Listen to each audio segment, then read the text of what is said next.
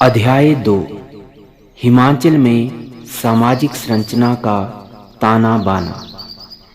मानव एक सामाजिक व सभ्य प्राणी है। उसके जीवन के विभिन्न पहलुओं का क्रमबद्ध विकास करने का तंत्र ही सामाजिक संरचना कहलाता है।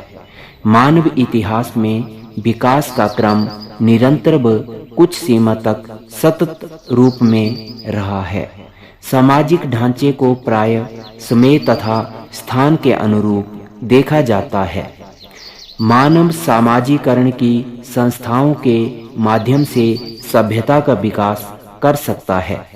समूचे विश्व सहित भारत में भी सामाजिक संरचना का मूल व्यक्तियों का समूहों या परिवारों के रूप में रहना है। हिमाचल प्रदेश में सुव्यवस्थित सामाजिक संरचना का निर्माण लंबी अवधि तक चली सामाजिक क्रियाओं का ही परिणाम है। हिमाचल प्रदेश में सामाजिक संरचना का इतिहास आरंभिक अवस्था। हिमाचल प्रदेश की नदियां ही इसकी दून सभ्यताओं का मूल रही है। पानी तथा उपजाऊ भूमि की उपलब्धता ने कोल, प्रोटो ऑस्ट्रेलॉयड, इसके पश्चात मंगोलॉयड व आर्यन लोगों को यहाँ बसने के लिए आकर्षित किया। मुंडा भाषी कोल व्यक्तियों ने सुरक्षा व शांति की तलाश में विभिन्न घाटियों व जंगलों में भी निवास किया। आर्यों की खस शाखा ने वैदिक आर्यों से पूर्व हिमाचल के क्षेत्रों पर आधिपत्य कर लिया। इस तरह कोलों की भूमि खस भूमि बन गई। लगभग 1000 ईस्वी पूर्व हिमाचल प्रदेश में किरात प्रजाति के लोगों ने प्रवेश किया व यहाँ के लोगों पर आंशिक प्रभाव छोड़ा। पहाड़ी रियासतों में ऋग्वेद काल में संभवतः परिवार, वरिंद व खुंद ही राजनीतिक इकाइयां थीं। वरिंद कई परिवारों का समूह था जिसका विस्तार किया जाता रहा। इसी से जनपद बने तथा ये गणतंत्र के प्रमाण हैं। महाभारत काल में हिमाचल प्रदेश का क्षेत्र छोटे छोटे गणतंत्रों में बंटा हुआ था। मलाना संभवतः हिमाचल प्रदेश का प्राचीनतम एवं एकमात्र जीवित गणतंत्र है। महाभारत में उल्लेख मिलता है कि तिब्बत से शिवालिक पहाड़ियों तक त्रिगर्त, कांगड़ा, औदुंबर, नूरपुर, पठानकोट, कुलूत, कुल्लू, किम पुरुष, मत्स्य व कुलिंद सिरमौर जनपद होते थे। मंडी को सुकेत, चंबा को गंबदिका व बिलासपुर नालागढ़ क्षेत्र को युगांधर कहते थे। इसके उपरांत हिमाचल प्रदेश पर विभिन्न शासकों ने आधिपत्य करने हेतु आक्रमण किए। इस तरह राजनीतिक संरचना का भी विकास हुआ। राजनीतिक विकास के साथ साथ आर्थिक गतिविधियां बढ़ी तथा वस्तुओं का आदान प्रदान बढ़ने लगा। सैनिकों की वृद्धि, कृषि व पशुपालन का विकास भी होने लगा। वैसे तो सिंधु घाटी सभ्यता से पूर्व भी खेती का काफी विकास हुआ था।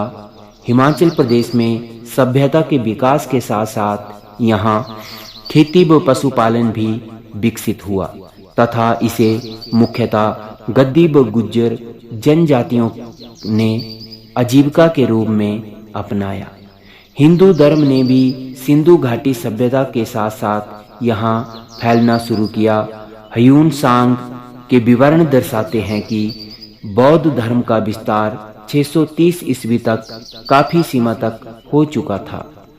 मूर्ति पूजा व धार्मिक आस्था के कारण मंदिरों तथा मठों का निर्माण भी कई जगह हुआ।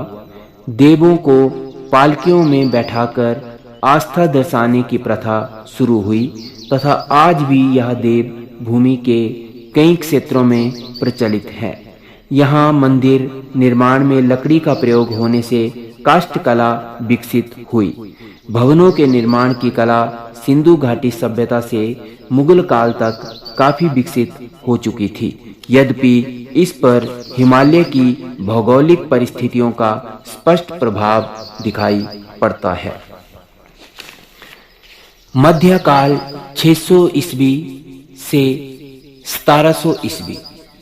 हिमाचल प्रदेश में मध्यकाल तक सामाजिक संरचना के विकास में न केवल विविध शासकों ने योगदान दिया, अपितु इसमें बोलियों का विकास तीव्रता से हुआ।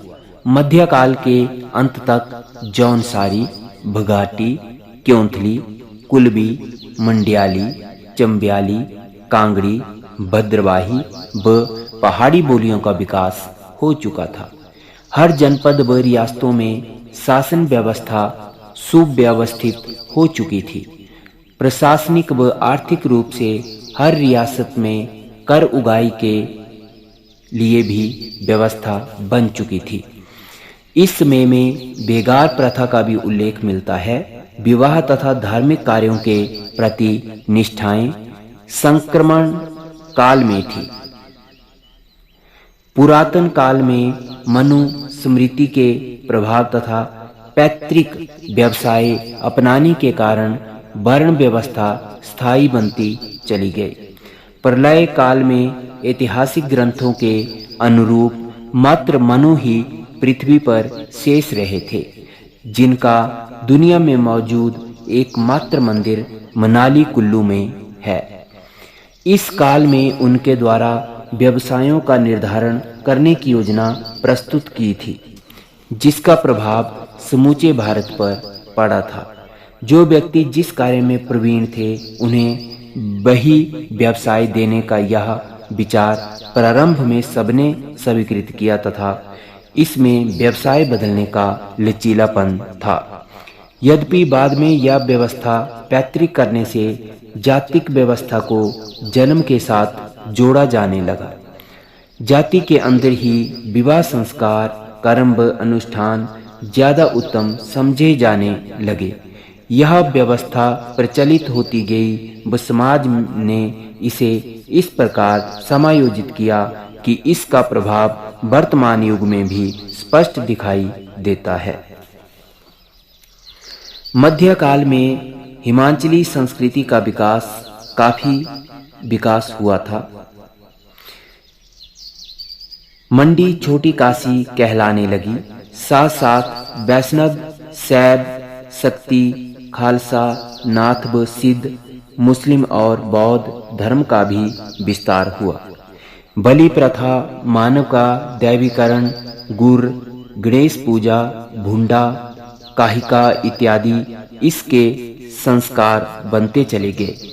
फागली, लोसर, लोहड़ी, सायर, बिशु, रली पूजन, छिंज, सांत आदि त्योहार विभिन्न समुदायों द्वारा मनाए जाने लगे। दशहरा, होली, लदारचा, शिवरात्रि, मिंजर, लबी आदि मेले प्रसिद्ध होने लगे। वर्तमान में तो मनोरंजन के लिए television, mobile, radio, tape record आदि उपलब्ध हैं, मगर उस समय नुआला, एंचलियां, स्वांग, रामलीला, रासलीला, चरकटियां, जागरा, जग व खेल तमाशे ही मनोरंजन के साधन थे।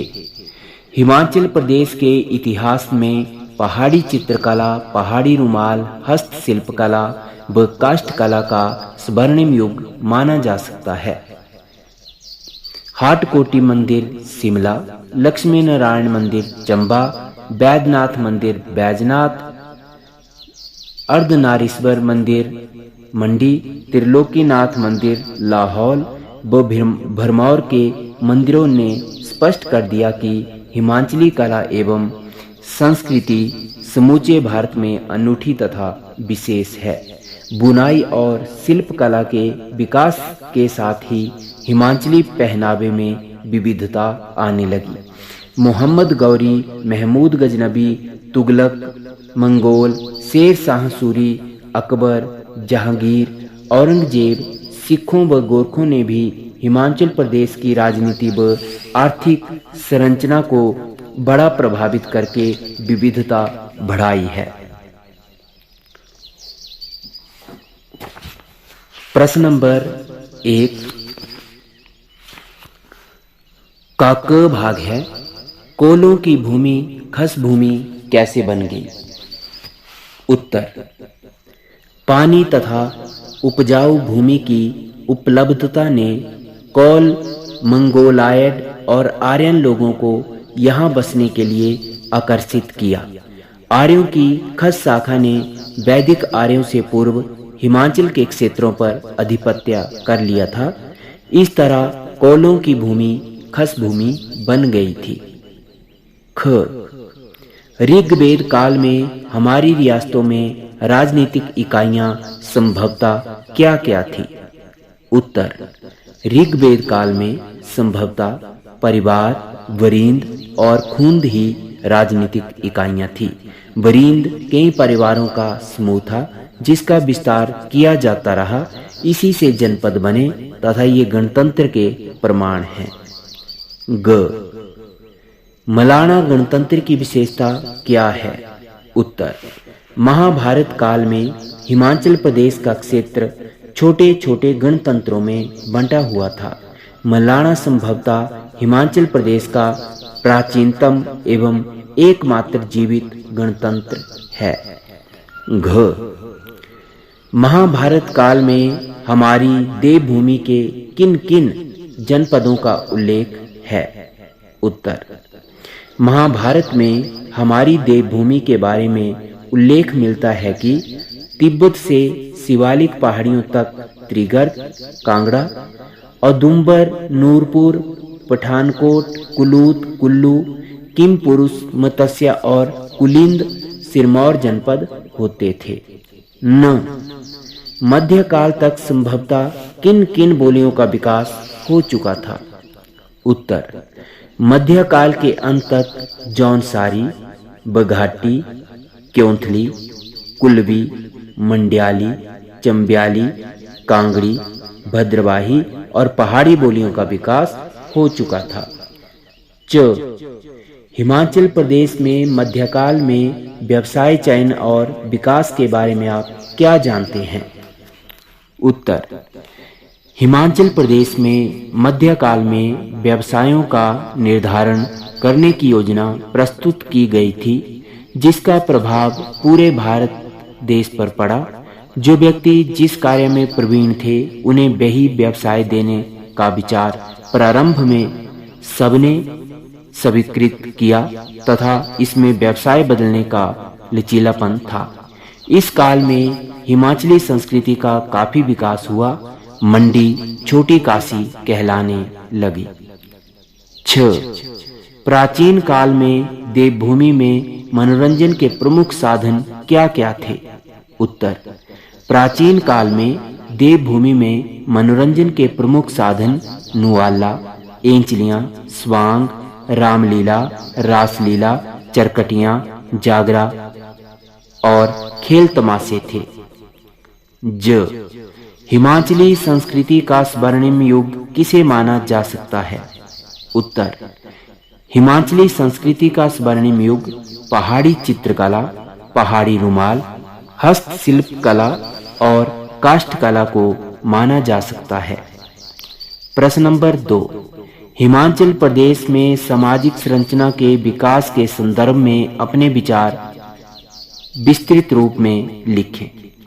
उत्तर, हिमाचल प्रदेश में मध्यकाल तक सामाजिक संरचना के विकास में न केवल विविध शासकों ने योगदान दिया, अपितु इसमें बोलियों का विकास तीव्रता से हुआ। प्रत्येक जनपद और रियासतों में शासन व्यवस्था सुव्यवस्थित हो चुकी थी। इसमें व्यवसाय बदलने का लचीलापन था। बाद में यह व्यवस्था पैतृक करने से जातिक व्यवसाय को जन्म देने के साथ जोड़ा जाने लगा। उक्त तथ्यों से स्पष्ट हो जाता है कि हिमाचल में सामाजिक विकास हुआ, लेकिन व्यवसाय पैतृक करना सर्वदा गलत था। इसके परिणाम स्वरूप व्यवसाय चयन जाति से जोड़ा जाने लगा, जो समाज के लिए घातक है। व्यक्ति को जाति के स्थान पर गुण, कर्म तथा योग्यता को आधार बनाकर काम करना चाहिए। प्रश्न नंबर 3, ऋग वैदिक हिमाचली समाज तथा मध्यकाल के हिमाचली समाज की तुलना करते हुए इनकी विभिन्नताओं और विशेषताओं पर प्रकाश डालें। उत्तर, ऋग वैदिक में हिमाचल प्रदेश में सभ्यता के विकास के साथ साथ यहाँ खेती और पशुपालन भी विकसित हुआ। मध्यकाल में बुनाई और शिल्पकला के विकास के साथ ही हिमाचली पहनावे में विविधता आने लगी। उत्तर मध्यकाल में व्यवसाय बदलने का लचीलापन था, जबकि ऋग वैदिक काल में ऐसा नहीं था। बच्चों, अब आप किताब के ऊपर प्रश्नों के उत्तर देखें। प्रश्न नंबर 1 का क भाग है, कौलों की भूमि खस भूमि कैसे बन गई। तो बच्चों, इसका उत्तर देखें। पृष्ठ नंबर 7 के ऊपर नीचे वाला पहरा, पानी तथा उपजाऊ भूमि की उपलब्धता ने कौल, मंगोलायट व आर्यन लोगों को यहाँ बसने के लिए आकर्षित किया। और इसका अगला उत्तर है 8 पृष्ठ के ऊपर, इसको भी पीछे की लाइनों के साथ जोड़ें। आर्यों की खस शाखा ने वैदिक आर्यों से पूर्व हिमाचल के क्षेत्रों पर आधिपत्य कर लिया। इस तरह कौलों की भूमि खस भूमि बन गई। ख भाग है बच्चों, ऋग वैदिक काल में हमारी रियासतों में राजनीतिक इकाइयां संभवतः क्या क्या थी। इसका उत्तर देखें। पृष्ठ नंबर 8 के ऊपर सबसे ऊपर से 1, 2, 3 तीसरी लाइन, पहाड़ी रियासतों में ऋग्वेद काल में संभवतः परिवार, वृंद व खुंद ही राजनीतिक इकाइयां थीं। वृंद कई परिवारों का समूह था जिसका विस्तार किया जाता रहा, इसी से जनपद बने तथा ये गणतंत्र के प्रमाण हैं। ग भाग है बच्चों, मलाना गणतंत्र की विशेषता क्या है।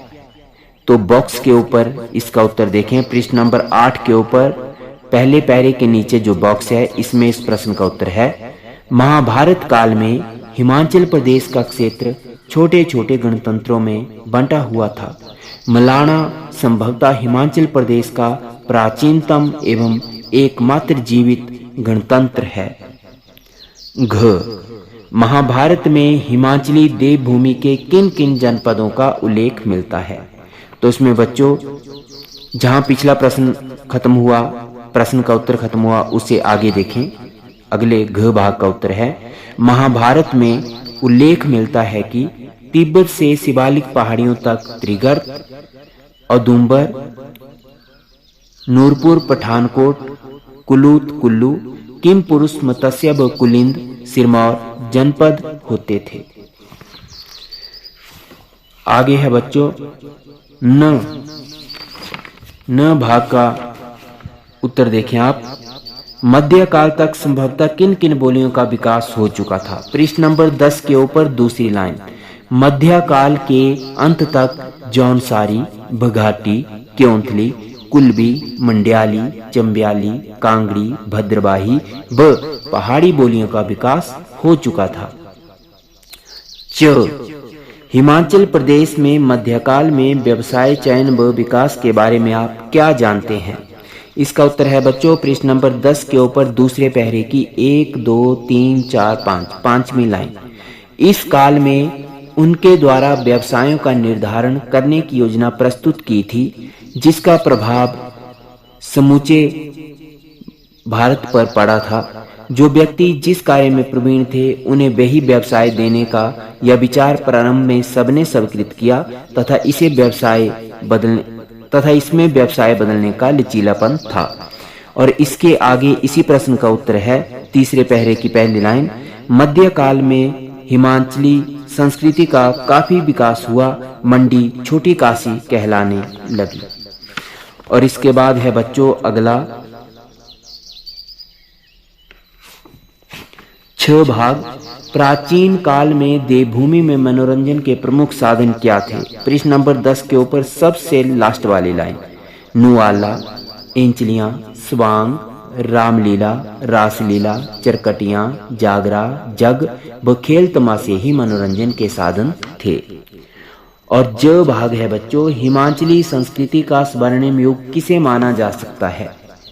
तो इसका उत्तर है प्रश्न नंबर 11 के ऊपर दूसरी लाइन। हिमाचल प्रदेश के इतिहास में पहाड़ी चित्रकला, पहाड़ी रुमाल, हस्तशिल्प कला व